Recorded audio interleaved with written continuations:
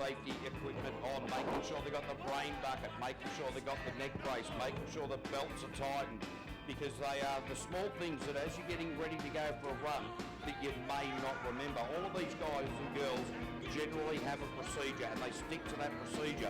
But if you get somebody that interrupts you in the middle of that procedure, it's the little things you can forget. So that's why we have the marshals down there making sure that the little things, which are big things in safety regards, are A-OK before the teams get out onto the water. Well, look at the number of boats today that perhaps have forgotten to put their transponder back up on top of the unit there too, and that sets our timers off, and of course they don't register a time, so they don't get a run, they don't qualify a run time. So those are just things that can go wrong just when you're having a bit of pressure put on you. As we look now to Ollie Silverton and Jess and PSB Racing Boat 406 Chevy with 600 horsepower. This is the Stinger. For Suntough getting out there at the moment, the translucent roofing will open up your outdoor area and allow plenty of light to get in there. Ollie Silverton, this boat looking really good. It was all over the place. They've done some massive stuff throughout the lunch break to get this thing back on song, and the PSP team, as you see the kids down in front of the commentary tower just getting the spray, a little bit of spray even coming up here into the commentary tower, Wiggy, so that means that as these guys are throwing the spray up, they'll be coming back into it, and that'll cause all sorts of vision problems. So it's just a matter of getting on with it, shutting your eyes, and hoping you've got the boat in the best position for the track. Ollie Silverton bogged it down really big time around that left-hander. That will have cost him, but Ollie Silverton across the line now in a 50.808. So he's a little bit quicker than he has been with the 50.94. So just a couple of times there where he really bounced it around. He looks like he could tidy it up a little bit. He might get himself down in the good times. Hey, it's time for a really good crew again. Simon Gibbon and Paul Thompson, Novus Auto Glass of the team, and they've had a 49.87, the only time that they've registered so far, and that was in Qual 2. As he off the line with this new 406 Chevy and 650 horsepower. Now these guys come from Canterbury. They're in the building industry as a trade, but they're jet sprint drivers by profession of choice. As Novus Auto Glass, Simon Gibbon doing a nice drive. The boat's looking a lot better than this weekend than it did at Mary. As long as they've got the top 2 inches working here as they come into the hip, and they're going to get out of there cleanly. Looks good, baby. How good is his jet hull handling? Yeah. It is looking fantastic at the moment. And Cy Gibbon, after a bit of a rough year last year and a bit of a rough start at Mary, really starting to dial this machine in. The Novus Auto Glass around Suzuki there, an area of the course where boats are tending to hop, skip and a jump. Not so coming out of that sharp left-hander around the left nut as he heads into the spin-out pool, and a great run there for Cy Gibbon with a 49.558. So he's come down 0.4 of a second. Oh, has it again? Already the hustler straight out onto the track. Warren Farr. Yeah, he's not mucking around, is he? Warren Farr, Ben Thomas, the hustler, 406 Chevy, 600 horsepower Stinger. And these guys have been going really, really well this weekend too. They've got a 50.73. So bank on them to be under the 50s as long as they keep the navigation on. Looks good. But gee, what a sharp left hand, oversteered it on the left hander there. I think he got through there quicker than he ever anticipated for that straight line. He got out of there, nice. Thomas, the navigator, mate. We call him Gorilla Arms.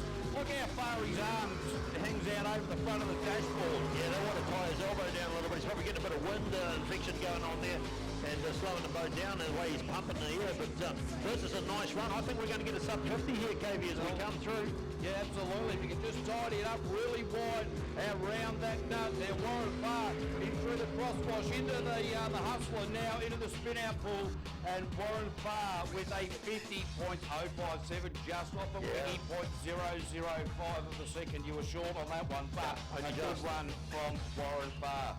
We're going to go to Andy Ryan and Codian Allen is next. They've had a couple of mid-50s, a 55 and a 56, so they really need to get things shaped up a little bit better than that. Rapid Earthworks are their sponsors in the Joker. Now this is a 412 cubic inch dart motor with 650 horsepower. This is their first event for the year. As I said earlier on, they liked a bit of AC/DC. They went and did some head banging up there instead of coming to Mary. And I think there'd been a bit of head banging going on between Kerry-Ann and Andy after a bit of a problem there in qualifying round number 2. Here they go, the Joker. bouncing off the line. Now this bloke uses absolutely every available part of the track. He takes some incredibly brave and wide lines in certain parts of it. Absolutely uses the apex of the corners as well and gets out really wide onto the tyres. How wide are we going to see him? Well, actually, Not bad. No, wide at the last part of it. Oh, bogged it down around the hairpin. Might have got the nose a little bit touchy on the inside of the hairpin. Put that behind you. Oh, Ryan, he's just been in a little bit early. Second guessed himself, now getting on with it again.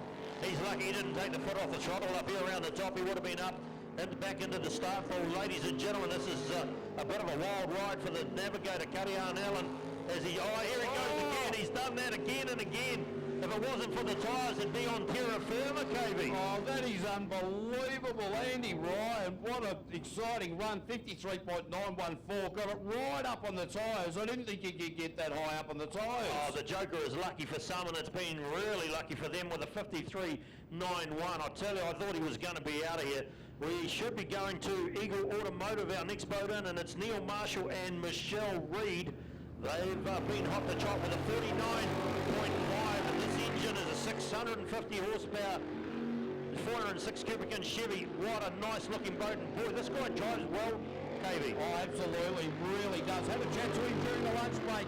He said, we're just not sure on how they've got a bit of a knock or a noise coming out of the engine. They couldn't identify it. They're worried if they may have put a hole in a piston, was the word coming out, because it does sound a little bit louder than it has been. So interesting to see how this boat is going to transition this time. Oh, really wide, Neil Marshall. Yeah, I think he's second guessing.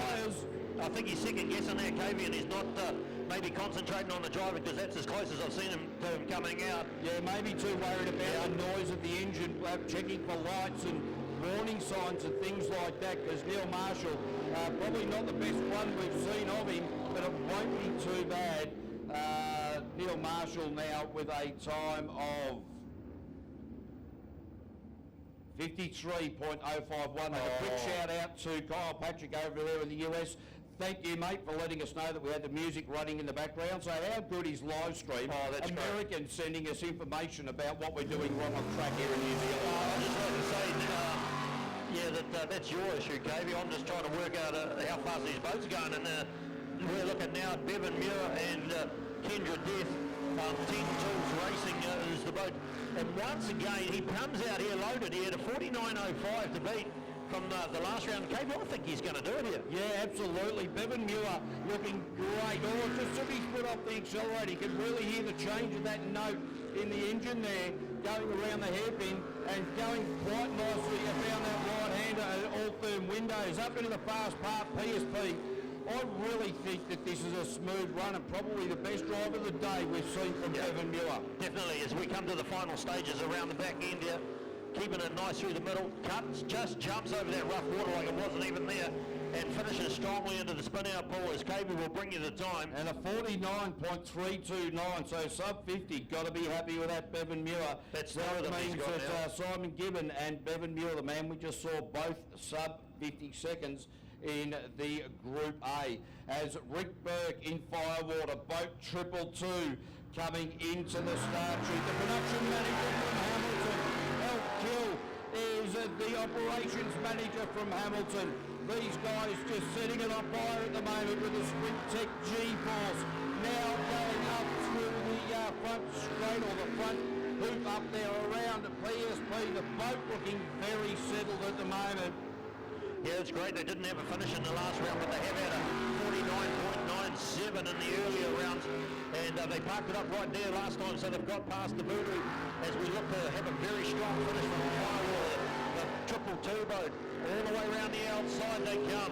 PSP Island, they do a great job around there. This boat is singing for them, and they're doing a great, nice run through the middle. And here's the strong finish, keeping it out of the tyres on the way home. Rick Burke, Firewater Outkill doing the navigation. Let's have a look at the time. Yeah, look, it's not a bad run there from Rick Burke. Will it be sub 50s? Just waiting for our timers. Yeah, sub 50, 49.450. Great run from Rick Burke. So that's a big improvement of half a second at least for them. So they'll be more than happy with that. All right, Blake Bryant now. Now this man is fast. How fast were underneath it, checking out underneath of the hull. They damaged one of the fins in the previous rounds by taking the boat super wide. He's going to try and tighten the lines up a little bit.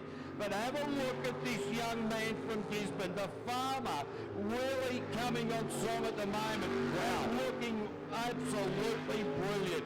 That was just one of the best hairpins we've seen all day. This man has been the force to reckon with, and he has certainly set the pace, and he's been quicker than some of the super boats up there at Marramare, and I back him to do it again today. This is a Group A boat competing like it's a super boat. Ladies and gentlemen, look at the drive from this competitor. Wow. Second generation competitor, and proving that it's in the man's blood. Look at this. Oh, Blake Bryant, what a run. We're just waiting for a time to come up with a 46.454. There you are, ladies and gentlemen. He's come down again. He was a 46.78. Now he's a 46.45. I'm backing this man to get into the 45s today. That's a top ride. Oh, absolutely. Sam Udick now coming out, the man who is New Zealand champion, reigning New Zealand champion, chasing the young man from Gisborne. So this is a really tight contest at the top of the Group A class. This is the fourth round of qualifying. We are going top 8, top 5, top 3. And Sam Udick just chasing it at the moment. He did a 47.52 earlier on, a 47.52, so he was half a second behind Blake Bryant. He's starting to get a little bit rough here as we see in front of us. Let's hope that it doesn't slow him up a little bit. He's really driving this thing to the limit now to try and catch Blake Bryant. It's all action here at Shelter View. Thank you for watching. If you're watching around the world, this is top Group A action, and those that are coming to the World Series will be watching these guys going, we're really going to have to cock our hammers. Look at this. Udick is 1.4 seconds slower than Blake Bryant with a 47.809. Yeah, like we said, it was just not as smooth as Blake, and that's what's really costing. So there you are, ladies and gentlemen. That's the end of the Altherm Group A's as we going to move into the super boats. I'll give you an update on the top 8 running order for the Group B, for the Biolytics Group B. It will be Jason Reed, Greg Reardon, Hayden Wilson, Pip Thompson, Donna Thompson, Tim Edhouse, Ross Travers and Patrick Hayden qualifies fastest for the top 8 in the Biolytics Group B. So from 8 we go to 5, from 5 we go to 3, and the action is only hotting up. All of the competitors out there now in the pits realising with the heat of the day, the barometer is, the air pressure is lessening a little bit, so they're adjusting the engines to make sure that they can work out the fuel depending on the biosphere and the atmosphere and the ionosphere and all those other spheres. You just put the fear into me with all those fears. Hey, listen, ladies and gentlemen, just while we've got a moment, the night event is going to be back here on the 9th of April, round number 5 in the PSP Suntough New Zealand Championships. So there you are. If you could please come back on the 9th of April and enjoy it under lights. We think you're going to have a great night, and bring some friends as well. So once again, 9th of April, put it on your calendars and be back here at Shelter View.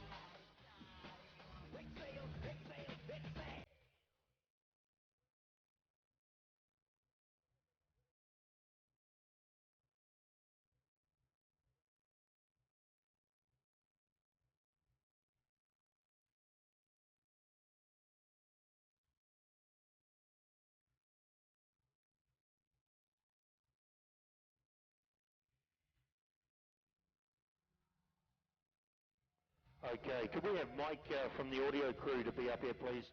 Mike from the audio crew.